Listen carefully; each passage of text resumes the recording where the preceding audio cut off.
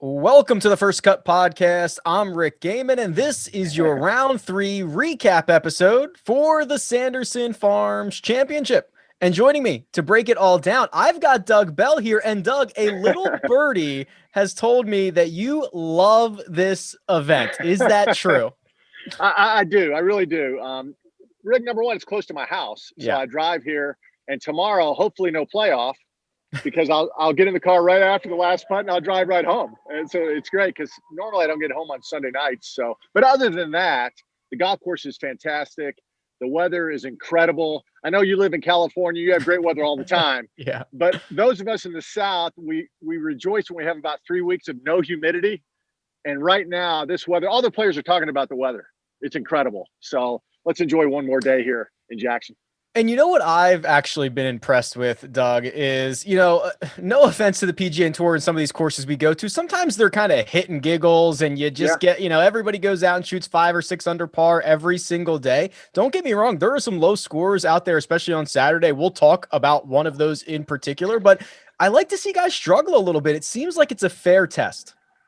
It is a fair test. It's one of the longest courses on the PGA Tour. It stretches about 7,400 yards.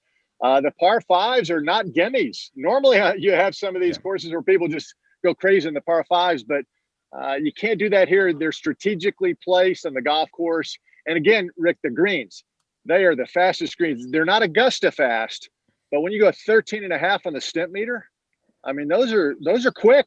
And, it's funny. Every player tells me, and you get this a lot virtually every week, hey, the best greens we play on all year. These are great greens. But almost to a man, and we're talking about really good putters, Snedeker, Denny McCarthy, JT Poston, some of these guys who really are good putters. And they tell me these greens are incredible. So I think that's what we have to look forward to tomorrow. Some really, really fast greens. We're going to have some 3-putts tomorrow. They're going to be crucial in the end. I'm looking forward to that. We've got a 3-way tie at the top. We've got Cameron Davis, Sergio Garcia, and the aforementioned JT Poston all at 14 under. Let's talk about the Postman. He follows up his 67 on Friday with a 69 on Saturday. I know you just got done talking to him, so maybe you have a little bit of insight, but what I saw was a really well-rounded game. He putted well. He hit his irons well. I thought he was a little shaky coming in. He bogeyed 16. He hit an approach on 18. He probably wouldn't be proud of into the greenside bunker. Didn't hit a great pitch out of that bunker, but rolls it in for par and gets himself to this 3-way tie. What did you see, or what did JT himself see out there today? Well, you kind of nailed it because now he is a great putter. He really is. That's the strength of his game, but it's got to be set up. He's got to give himself opportunities, and he did for the most part, but then got a little sloppy at 16. He pulls out a 3-wood. That's tough par 4. So let's hit the fairway, pushes it in the right-hand rough, which I hate to do when you're trying to lay up. And that caused him to hit that terrible iron shot into the right bunker, led to his second bogey of the day. And then I thought he was going to have another bogey at 18, but again, he rolled it in from 13 feet to salvage that par. So that was big. But I think for JT Poston, number one, he won the Wyndham. Yeah. He came from behind. There was no pressure. Remember that? He roared from behind. He shot a 62 and won it. Yeah. And he was bogey free for the week. So that was kind of a wild week. But now he's tied for the lead. He's never experienced that. So I think that'll be a different feel for him tomorrow. But the bottom line is these greens are really fast and he can really putt. So I give him a really good opportunity tomorrow. Yeah, he looks really good. I am interested to see how he does from, he's not the only guy in the driver's seat, but he's in the driver's seat heading into Sunday. That should be interesting. The round of the day and the round of the week was shot by Cameron Davis early on Saturday, goes out and shoots a 63. And Doug, I thought we had something really special coming. He birdied his first 5 holes of the day, and I'm thinking, oh boy, I better get on 59 watch real quick.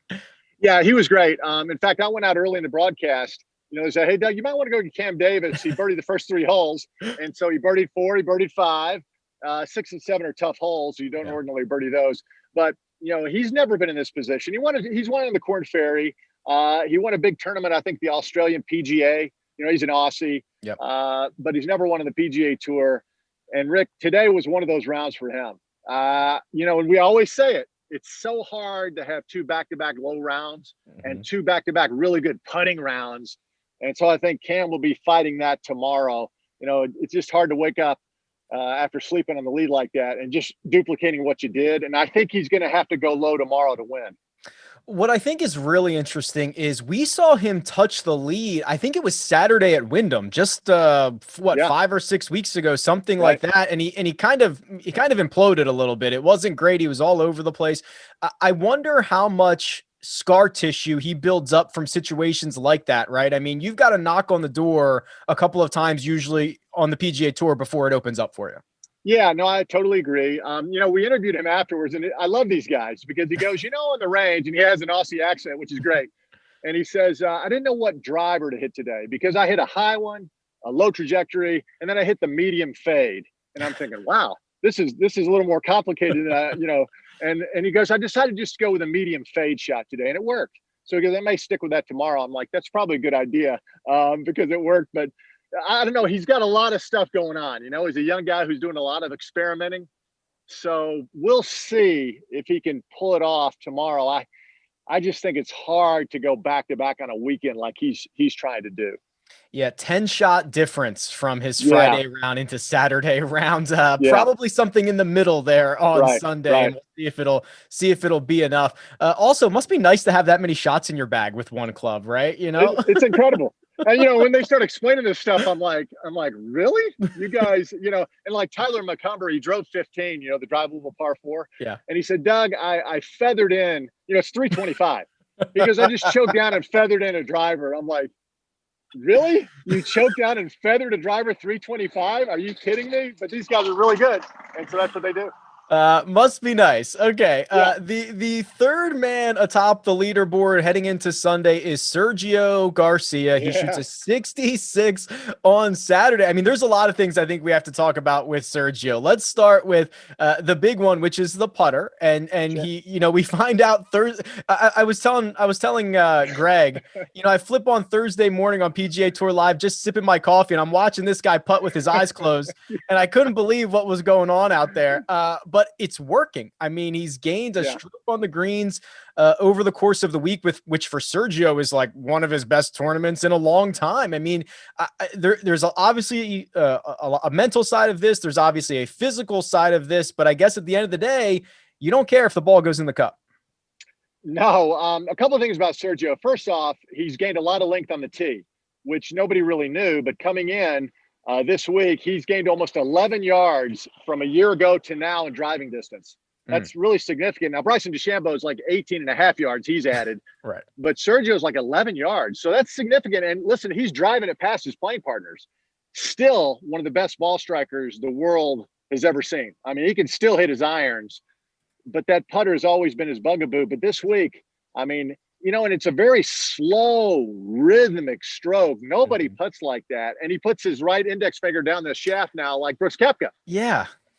So he's got a lot going on, and it's working. And he's a potential Hall of Famer who, by the way, 3 of his 10 wins in the PGA Tour have come playing an event for the first time. And he's playing here for the first time.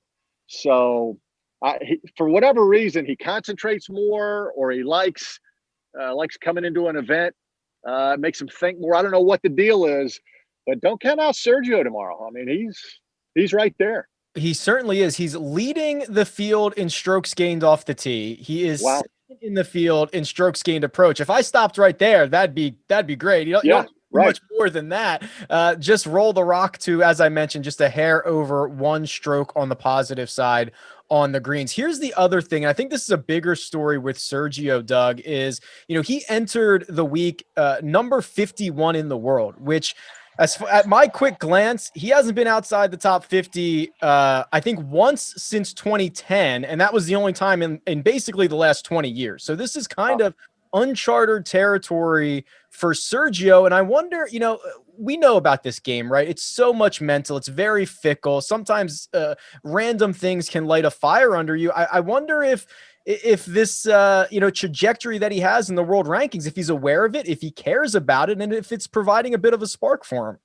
Rick, I think all of the above. I think it is motivation for him. Hasn't won since the Masters. And I think he's looking, gosh, I'm falling down those world rankings. I need to kind of get it going again. Family life is great. Azalea, his daughter, named after the 13th Yeah. hole. Enzo, his son. I mean, that's great. So now he's getting back in the groove. And Rick, I looked in his bag. Does not have a current club deal, which for a world-class player is interesting. Yeah. Does hit that TaylorMade sim driver and hits it a mile now. Ping irons, has these specialty made wedges with the Sergio name on them. He's got a lot of stuff in his golf bag, and it's a carry bag, the little stand. I mean, you don't see this from world-class players, but I think you nailed it. I think he is motivated to get back in that top 50. And listen, he wants to win again. I don't think there's any question. He hasn't won in a while, and I think if he should pull this off tomorrow, it would be a really big deal for him. We're going to talk about some particular guys that we think might be able to make a run on Sunday. But I want to kind of talk about just the leaderboard composition for a second here, Doug. I mean, we've got 3 guys at the top. We've got 5 guys within 1 shot. We've got 8 guys within 2. We saw that low scores are available. I mean, Cameron Davis, his 63 on Saturday was 3 shots clear of anybody else in this field. So there's some low scores out there. I think there might be a lot of guys in play here. Yeah, it's going to be bunched up. And I commented, they need to start the tee times a little earlier tomorrow because you probably can't tell, but it's getting dark. Oh, and so okay. if they finish tomorrow about the same time with the playoff, they're not going to get a lot of holes in. Let's put it that way. But the other thing, Rick, this tournament, I think the last 6 winners are first-time winners. Yeah, it produces first-time winners. So I'm looking at a guy.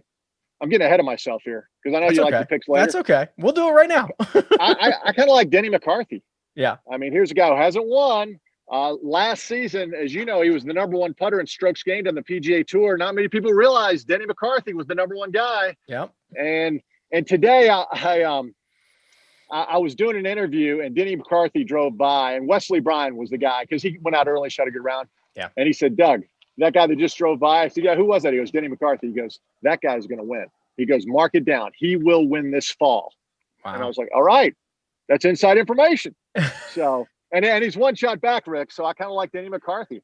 Well, I like that a lot too, because you're right. Not only was he the strokes gained putting champion last year, but now 2 years in a row. I mean, he is undisputed the best putter on earth. That's pretty clear. Wow. It's the rest of his game. And something kind of happened at the 3M Open, Doug. He started to hit his irons a little bit better, at least compared to his own baseline. And he started to hit his driver a little bit better. And when you are gaining a stroke per round on the greens, you don't have to do much else. Just get there. Get yourself on the putting surface and you can go a long way. So I like that one a lot. I was trying to convince the boys last night, I also like the first timer aspect of this, Christopher Ventura, who has now shot rounds of 67, 68, 68, maybe he hasn't had that low one yet, right? If we think you only got one a week, there might be a guy out there who still has one in the bag.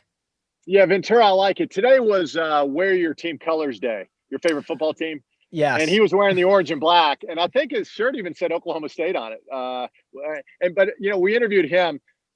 I love all these young guys. But he said, I've got to take it 1 shot at a time.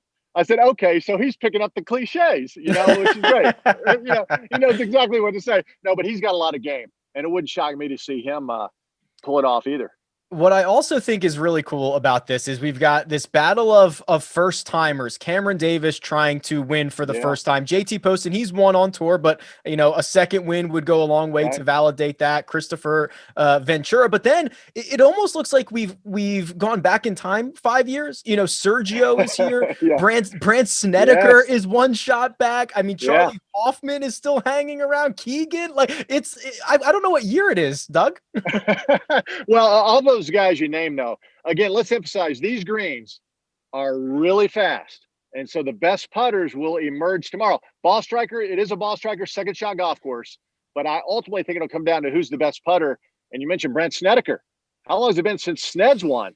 And he's talking about how good he's driving the golf ball. And his putting has always been good. So don't sleep on Brant Snedeker either. Mandy, his wife, was out here walking with him.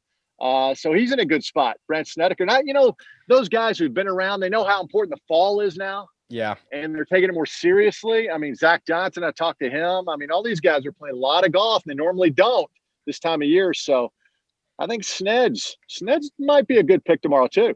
Those 500 FedEx Cup points in October are worth the same as 500 in April. Yes, absolutely. Brandt Snedeker's last victory was the Wyndham Championship. So we've got the last two, essentially, 2018, 2019 Wyndham Championship winners well in the mix of this thing. Might be a little bit of a crossover event there. Pretty interesting storyline. I like that. Same kind of greens. Just these are a lot faster than the ones at Sedgefield. A lot faster. Yeah, I mean, you mentioned it at the top, and I knew they were fast, but you're just, I didn't realize how fast they were. And I guess when I was watching it today, some of these putts they go past the hole, and it's the run out. That's what I see on TV, right? If it dries up 8 inches after the cup, I'm like, okay, that's one thing. You see those guys start begging for it to stop after it gets past the hole, and I'm like, wow, they must be running pretty slick.